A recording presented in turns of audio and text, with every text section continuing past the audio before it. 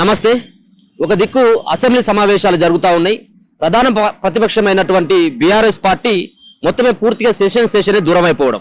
అంటే వాళ్ళంతా కూడా మేము రాము, స్పీకర్ మాకు మైక్ ఇవ్వట్లేదు, రేవంత్ రెడ్డి కనసన్నలోనే అసెంబ్లీ అంతా కూడా నడుస్తూ ఉంది కాబట్టి మేము రాము అని చెప్పేసి వాళ్ళు ఎన్ని రోజుల పాటు నడుస్తే అన్ని రోజుల పాటు మేము సభకు రావని చెప్పేసి వాళ్ళు ప్రకటించడం. అంతకంటే ముందు అసెంబ్లీ సమావేశాలకు హాజరైనటువంటి కేసీఆర్ ఒకరోజు మాత్రం హాజరైన సంతకం పెట్టిన ఆయనే బయటికి వెళ్ళడం జరిగింది. సో ఆయన కూడా రావాల్సినటువంటి నీళ్ల మీద చర్చ జరుగుతూ ఉంటే కనీసం అసెంబ్లీకి కూడా రానటువంటి పరిస్థితుల్లో కేసీఆర్ ఉన్నాడా? ఎందుకు కేసీఆర్ అసెంబ్లీకి రావట్లేదు? దాంతోపాటు నిన్న ముఖ్యమంత్రి రేవంత్ రెడ్డి సైతం కూడా ఒక ప్రకటన చేయడం జరిగింది. దేశంలో ఎత్తైనటువంటి మహాత్మా గాంధీ యొక్క విగ్రహం పెడతామని చెప్పేసి ఆయన కూడా ప్రకటించడం. మాట్లాడుతూ ఈ మూడు అంశాల పట్ల మనతో పాటు పాషం యాదగిరి సార్ ఉన్నారు. సార్ నమస్తే. సో అసెంబ్లీ సెషన్ జరుగుతూ ఉన్నది. అసెంబ్లీలో ప్రజా సమస్యల పైన చర్చించాల్సినటువంటి అసెంబ్లీలో ప్రధాన ప్రతిపక్షమైనటువంటి బీఆర్ఎస్ పార్టీ మొత్తం సెషన్ దూరం కావడాన్ని ఎట్లా అర్థం చేసుకోవచ్చు సార్? ఇది ప్రభుత్వము ప్రతిపక్షం కలిసి నాటకం ఆడుతుందేమో అనిపిస్తుంది. నిజంగానే జరుగుతుందా అర్థమైతే లేదు. నిజంగా జరిగితే కనుక జీతం ఇవ్వద్దు. ఆయనకి ఎందుకు జీతం ఇస్తున్నారు? ప్రభుత్వం ఆపేయాలి. ఆయనకు నెల జీతం వస్తూనే ఉంది. ఆయన అంతకంటే ముందు గజ్వేల్ నుంచి ఎన్నికయ్యి 10 ఏళ్ళు 12 ఏళ్ళ నుండి ఎప్పుడూ అసెంబ్లీ రాలేదు. ఆ తర్వాత మహబూబ్నగర్ నుంచి సెలెక్ట్ అయ్యి ఎంపీగా ఎన్నడూ పార్లమెంట్ పోలేదు, ఎన్నడూ నియోజకవర్గానికి మహబూబ్నగర్ పోలేదు. జనం చచ్చిపోతున్నా పోలేదు, కరువు సమస్యలున్నా పోలేదు. ఆ తర్వాత ముఖం జిల్లా కరీంనగర్ పోయిండు, కరీంనగర్ నుంచి పోటీ చేసిండు. ఒక్కరోజు కరీంనగర్ పోలే, ఒక్కరోజు పార్లమెంట్ పోలే. పార్లమెంట్లో సోనియా గాంధీ బిల్లు పెట్టినప్పుడు కూడా, తెలంగాణ బిల్లు పెట్టినప్పుడు కూడా లేడు. మళ్ళీ తర్వాత ముఖ్యమంత్రి అయ్యిండు. అయినా ముఖ్యమంత్రి మళ్ళీ గెలిపిస్తూనే ఉన్నాడు. 5 ఏళ్ళు సెక్రటరియట్ పోలే, 5 అసెంబ్లీ పోలే, ఇక్కడ ఫామ్ హౌస్లో పడుకున్నాడు ఎర్రవల్లిలో. మళ్ళీ ముఖ్యమంత్రిని చేసారు. మళ్ళీ 5 ఏళ్ళు ఎక్కడ పోలేదు. అయినా మళ్ళీ గెలిపించారు ఎమ్మెల్యేగా. ప్రభుత్వం పోయింది కానీ ఉన్నాడు. మరి చట్టాలు ఎక్కడున్నాయి? ఇప్పుడు మీరు ఒక 1000 రూపాయలు కూలికి ఇచ్చి, లేదా డ్రైవర్కి 1000 రూపాయలు ఆ రోజుకి ఇచ్చి పని రాకపోతే తిడతారు కదా. మరి ఈయనకి ఎందుకు తిడతలేరు? ఎందుకు చట్టాలు ఏం చేస్తున్నాయి?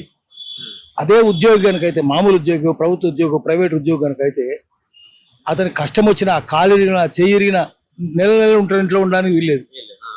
నెల రోజులు ఉంటుంది సెలవు, తర్వాత వచ్చేయాలి అంతే. ఆడపిల్ల ప్రసవం అయితే నెల 2, అంతకంటే ముందు అంతకంటే తర్వాత, ఆ తర్వాత మళ్ళీ వచ్చేయాలి అంతే. నాకు కష్టం ఉంది, నేను ఆపరేషన్ చేయించుకోవాలి, నాకు సిజేరియన్ అయింది, అవి ఏం చెల్లాయి. మరి వాళ్ళ విషయంలో ఎంత కఠినంగా ఎందుకున్నది? ఇటువంటి రాజకీయ నాయకుల పట్ల ఎందుకు ఇంత ఉదాసీనంగా ఉన్నది, ఇంత ఉదారంగా ఎందుకున్నది? దాని అర్థం ఏంటంటే టీఆర్ఎస్ వాళ్ళు, బీఆర్ఎస్ వాళ్ళు, కాంగ్రెస్ వాళ్ళు కుమ్మక్కైందేమో అనిపిస్తుంది. జీతం ఎందుకు ఇస్తారు మీరు? ప్రశ్న ఎందుకు ఇస్తలేరు? ముఖ్యమంత్రి పోయి కేసీఆర్ కలిసి బాగున్నారా అని పలకరిస్తారా? యోగక్షేమాలు అడుగుతారా? అది అడగడమైంది. ఎందుకు మీకు ప్రోటోకాల్? ఎందుకు ఆల్కాల్ ఉండాల్సిన, ఆల్కాల్లో ఉన్న మనిషికి ప్రోటోకాల్ ఏంది? మీరు అడగాలి కదా, ముఖ్యమంత్రి ఎందుకు చేస్తుంది ఇది? మీకు జీతం దండగని చెప్పాలి కదా, పౌర సమాజం కూడా చెప్పాలి. ఇటువంటి వాళ్ళం జీతం దండగా. ఎవరి చెమట? మన చెమట కదా, పేదోని చెమట కదా, కూలోని చెమట కదా, వాడు పనులు కడుతున్నారు కదా, రోడ్లు సఫాయిలు కదా. వాళ్ళ దళితులు, మాలలు, మాదిగలు, మంగలి, చంగలి వాళ్ళందరూ కలిసి చేసే పనులు ఇష్టం వచ్చినట్టు ఎడ తింటావు నువ్వు? అట్లా అయితే కనుక తర్మల్ నాగిరెడ్డి లెక్క నువ్వు అసెంబ్లీకి రాజీనామా చేసి పోవు. పార్లమెంట్ ఒక 15 దొడ్డి, అసెంబ్లీ ఒక బాతాకాని క్లబ్, ఈ తుచ్చమైన సభలు నేను ఉండను అని రాజీనామా చేసి వెళ్ళిపోయింది 1969. అట్లా వెళ్ళిపో. నువ్వు ఎందుకున్నావు? అది తుచ్చమైన సభ కనుక తూ అని పోయి వెళ్ళిపో. మరి ఎందుకున్నావు అక్కడ? నువ్వు అదే నాకుంటే ఎందుకున్నావు? తప్పు కదా కేసీఆర్. ముఖ్యమంత్రి కూడా తప్పే, కాంగ్రెస్ వాళ్ళు కూడా తప్పే. వీళ్ళంతా మిలాఖత ఉన్నారు, లోపల కలిసే ఉన్నారు. అన్ని రాజకీయ పార్టీలు కలిసినాయి. దీన్ని జనం తప్పబడుతుండ్రా? పౌర సమాజమే చీత్తు అంటుంది కానీ రాజకీయ పార్టీలు మాట్లాడతలేవు. ఎందుకు మాట్లాడతలేవు?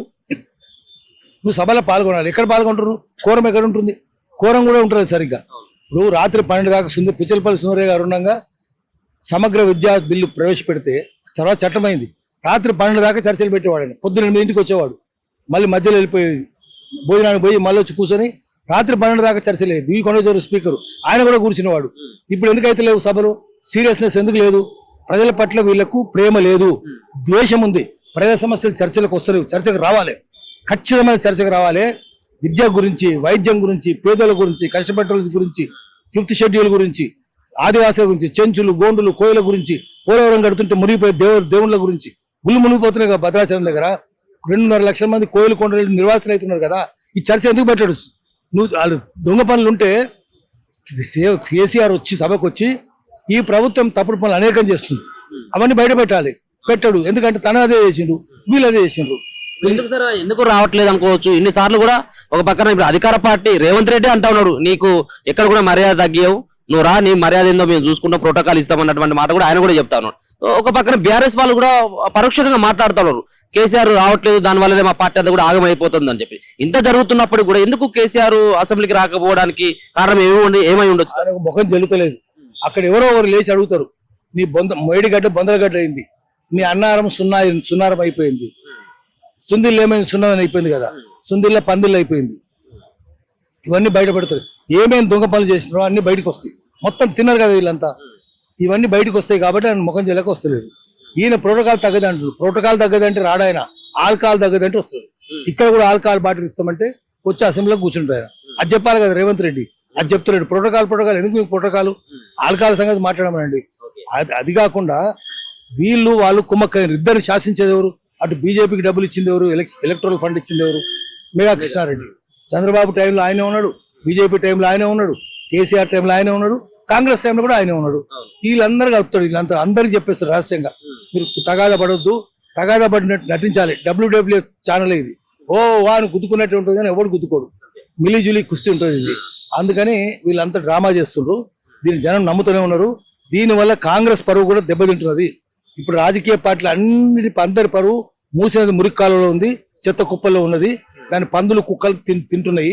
ఇది వీళ్ళకి అర్థమైతే లేదు. 4 రోజులకి చివరికి వీళ్ళు కుక్కల పాలవుతారు. అన్ని రాజకీయ పార్టీలు కుక్కల పాలు నక్కల పాలవుతారు. తెలంగాణ ఏర్పడ్డదే నీళ్లు నిధులు నియామకాలు అన్నటువంటి ఒక స్లోగన్ పైన ఏర్పడ్డటువంటి తెలంగాణలో ఒక నీళ్ల పైన డిస్కషన్ అవుతా ఉంది, వాడివేడిగా డిస్కషన్ అవుతా ఉన్నది. కృష్ణా గోదావరి జలాలకు సంబంధించిన విషయంలో కేసీఆర్ చేయడం వల్లనే 299 టీఎంసీలకు ఇదంతా కూడా ఆంధ్ర కట్టబెట్టాల్సినటువంటి అవకాశం ఏర్పడ్డది అనేది కాంగ్రెస్ పార్టీ వాదన. సో ఇటువంటి నీళ్లకు సంబంధించినటువంటి డిస్కషన్ అవుతా ఉంటే బీఆర్ఎస్ పార్టీ మొత్తమే సరే కేసీఆర్ అంటే రావట్లేదు, సరే మీరు అన్నటువంటి విధంగా కారణాలు కావచ్చేమో, కానీ మరి బీఆర్ఎస్ పార్టీ కేటీఆర్ గాని హరీష్ రావు గాని మొత్తం బీఆర్ఎస్ పార్టీ ఎమ్మెల్యేలంతా కూడా మొత్తం బైకాట్ చేయాలని ఎట్లా అర్థం చేసుకోవచ్చు?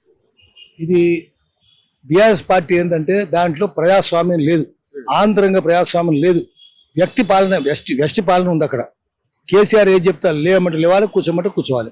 నిర్ణయాలు ఉమ్మడి నిర్ణయాలు ఎక్కడున్నాయి? సమిష్టి కార్యాచరణ ఎక్కడుంది? లేదు. ఈ అన్ని తప్పులు జరిగినాయి కదా, వీళ్ళందరికీ వాటా అందింది. ఎక్కడెక్కడ ప్రాజెక్టులు కట్టినారో ప్రాజెక్టులు అంతా అవినీతే, కూలిపోయినాయి కదా. ఒక్క ప్రాజెక్టు కూడా లేదు కదా. ఆనవాళ్ళు ఉన్నాయా? లేదు. అక్కడ ఇవన్నీ కూలిపోయినాయి కదా. ఇంతకాలం ఎందుకు పట్టింది? ఇన్ని కోట్ల డబ్బులు ఎక్కడ పోయినాయి? కనీసం 4 లక్షల కోట్లు పోయినాయి. అది పేద ప్రజల సమ కదా. అది మనకి విద్య అందకుండా చేసిరి, వైద్యం అందకుండా చేసిరి, తిండి అందకుండా చేసిరి, వలసలు పోయిరి దేశమంతా.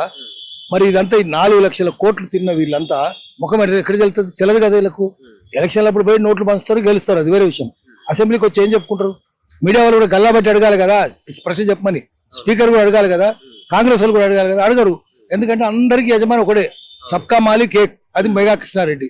సార్ మేఘాలకు తెలుతుంటాడు, వీళ్ళు కూడా మేఘాలకు తెలుతుంటారు. అందుకని వాళ్ళు బాయ్కాట్ చేస్తలేరు. వాళ్ళు మొత్తం బాయ్కాట్ చేసారు. జనం వీళ్ళందరికీ రేవంత్ రెడ్డి ఏం చెప్పాలి? మీరు రాజీనామా చేయమని చెప్పాలి, పౌర సమాజం రాజీనామా చేయమని చెప్పాలి, లేదా మీకు జీతం వేయమని చెప్పాలి. కోట్ల రూపాయలు తీసుకుంటుంది వాళ్ళు. ఇన్నేళ్లలో ఎన్ని కోట్లు తీసుకున్నారు? ఒక్కొక్కరిగా కోట్లు అందినాయి. అది అధికారికంగానే. అనధికారికంగా టేబుల్ కింద కోట్లు వచ్చినాయి. అవి 1000 కోట్లు ఉంటాయి. అవన్నీ విదేశాలకు వెళ్ళిపోయినాయి. స్విస్ బ్యాంకు పోయి ఉంటాయి అవి. ఆ స్విస్ బ్యాంకులను కానీ కూడా వెనక్కి తెప్పిస్తే మనం బీజేపీ గవర్నమెంట్ ఏం చేస్తుంది? మోదీ ఏం చేస్తుంది? ఎందుకు తెప్పిస్తలేడు? అసలు ఇక్కడ నుంచి బయటకు ఎందుకు పోతున్నాయి? చూస్తున్నాం కదా.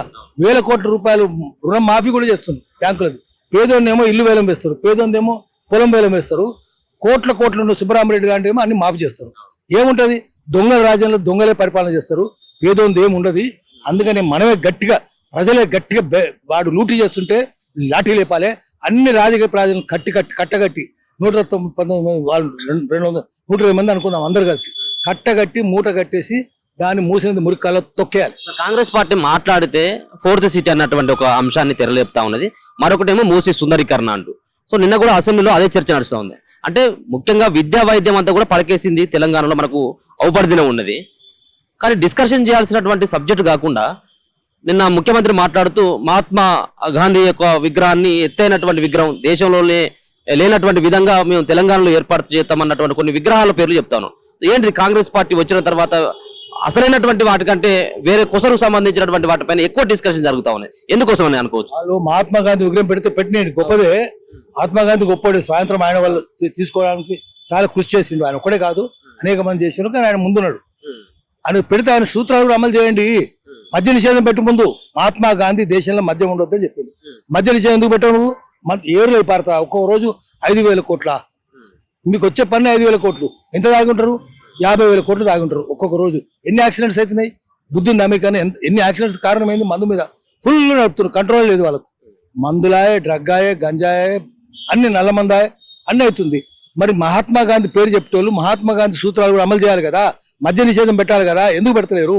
మీరే తాగుతున్నారు కదా. మీరు ఎక్కడ చూసినా రాజకీయ నాయకులు ఏ క్లబ్కి పోయినా వాళ్ళే ఉంటారు దొంగలు. నిజాం క్లబ్ పోండి, ఎందుకు మీరు నిజాం క్లబ్ మెంబర్షిప్ ఎందుకు? మీకు ప్రథమయాన్ క్లబ్ ఎందుకు? సికింద్రాబాద్ క్లబ్ ఎందుకు? జూబ్లీస్ క్లబ్ ఎందుకు? ఫిల్మ్ నగర్ క్లబ్ ఎందుకు? అందరు వీలైనవి క్లబ్బులు, పబ్బులు, సబ్బులు, గబ్బులు అంతా ఇదే. ఏముంది? పబ్బులు క్లబ్బులు ముందుంటాయి, తర్వాత సబ్బులు, తర్వాత గబ్బు వస్తుంది, గబ్బు వచ్చింది సబ్బు వస్తుంది. ఇది తప్ప ఏముంది వాళ్ళకు? ఇదంతా అసెంబ్లీలో వినిపిస్తారు, ఈ గబ్బంతా వినిపిస్తారు. ఒకటి. తర్వాత కుటీర పరిశ్రమ ఎందుకు ప్రోత్సహిస్తలేరు మీరు? గాంధీ చెప్పిండు కుటీర పరిశ్రమ, చెరక అన్నాడు. ఇప్పుడు చెరక కావాలి. ఎందుకంటే 2015లో ప్యారిస్ అగ్రిమెంట్ జరిగింది, ఇండియా దాని మీద సంతకం చేసింది. దాని ప్రకారం ఏంటంటే బొగ్గు కాల్చొద్దు, పెట్రోల్ కాల్చొద్దు, డీజిల్ కాల్చొద్దు, గ్లోబల్ వార్మింగ్ అవుతుంది, వేడి పెరిగిపోతున్నది, సముద్రాలు కరిగిపోతున్నాయి, ఆర్కిటిక్ కరిగిపోతున్నది, అంటార్క్టిక్ కరిగిపోతున్నది, సైబీరియా కరిగిపోతున్నది, హిమాలయాల మంచు పొరలన్నీ కరిగిపోతున్నాయి. అందుకని అది అమలు చేయాలి. అమలు చేయాలంటే మళ్ళీ కుటీర పరిశ్రమ రావాలి. గాంధీ ఎప్పుడో చెప్పిండు చెరక తీసుకురండి. నువ్వు రోజు కాంగ్రెస్ వాళ్ళు వడకాలి, వరికి చేయాలి. ఎందుకంటే యంత్రాలు ఉండొద్దు, మిషన్లు ఉండొద్దు. ఇది మంచిది కాదు కదా, కాటనే మంచిది కదా. ఆ చెరక వడకండి, నూలు తయారు చేయండి, ఆ నూలు గుడ్డలు తయారు చేయమని చెప్పండి, టెక్స్టైల్ మిల్లుని ఆపేయండి, మొత్తం మళ్ళీ చెరక మళ్ళీ తీసుకొని రండి, చేనేత మగ్గాలు తీసుకొని రండి. అది గాంధీ చెప్పింది అది కదా. ఎందుకు అమలు చేయరు మీరు? కుటీర పరిశ్రమలు ఎందుకు పెట్టరు? పారిశ్రమలను ఎందుకు మూసేయరు? ఇంకా ఎందుకు పరిశ్రమలు తెరుస్తుంటారు? మూసి సుందరీకరణ, ఏం సుందరీకరణ? మొత్తం కంపు కదా. ఎక్కడెక్కడ పొలాల్లోంచి కెమికల్స్, అన్ని రకాల రసాయనాలు, ఎరువులు కావచ్చు, పురుగుల మందు కావచ్చు, అదంతా మూసేకి వస్తున్నది. తర్వాత పరిశ్రమ నుంచి వచ్చే రసాయనాలను పురుగులు దాంట్లోకి వస్తుంది, యురేనియం కూడా దాంట్లోకి వచ్చి పడిపోతుంది. ఇవన్నీ కాకుండా కిందికి వస్తే ఫార్మా పొల్యూషన్ ఉంది. మరి ఇంత ఉంటే ఎన్ఎఫ్సి నుంచి వచ్చే చెత్త అంతా, యురేనియం అంతా దాంట్లోకి వస్తున్నది. దాని వస్తే అది ఎట్లా ఏమవుతుంది? మొత్తం మురికి అయిపోతున్నది. రేడియో ధార్మిక శక్తి అక్కడ ఉంటుందా? అణుధార్మిక ప్రభావం అక్కడ ఉంటుంది. అట్లా ఉన్నప్పుడు, రేడియేషన్ ఉన్నప్పుడు మూసిని మీరు ముందు శుభ్రం చేయండి. సుందరీకరణ తర్వాత ముందు లోపలంతా పుచ్చిపోయి ఉంటుంది, బయటకేమో అందమైనది కట్టుకొని ఉంటుంది గుడ్డలు. ఏముంటుంది? మీకు కుష్ఠరోగికి అందమైన గుడ్డలు వేసినట్టు ఉంటుంది తప్పిస్తే మూసినది సుందరీకరణ కాదు. ముందు ఆరోగ్యం బాగు చేయండి, మూసి ఆరోగ్యం బాగు చేయండి, మూసిని శుభ్రం చేయండి, మలినాలను తొలగించండి. అప్పుడు సుందరీకరణ అంటే అర్థం ఉంటుంది. అప్పుడు గాంధీ సంతోషిస్తాడు. లేకపోతే మూసిన అట్నే అపరిశుభ్రంగా ఉంచి కంపుంచి గాంధీ బొమ్మ పెడితే మీకు తెలియకుండా గాంధీ విగ్రహం ముక్కు మూసుకుంటుంది. అట్లాంటి విగ్రహం పెట్టండి మీరు, గాంధీజీ ముక్కు మూసుకుంటున్నట్టు. అట్లా పెడితే సోయేస్తుంది. మీరు పెట్టకపోతే గాంధీ బొమ్మని తనంతట తానే ముక్కు మూసుకుంటుంది.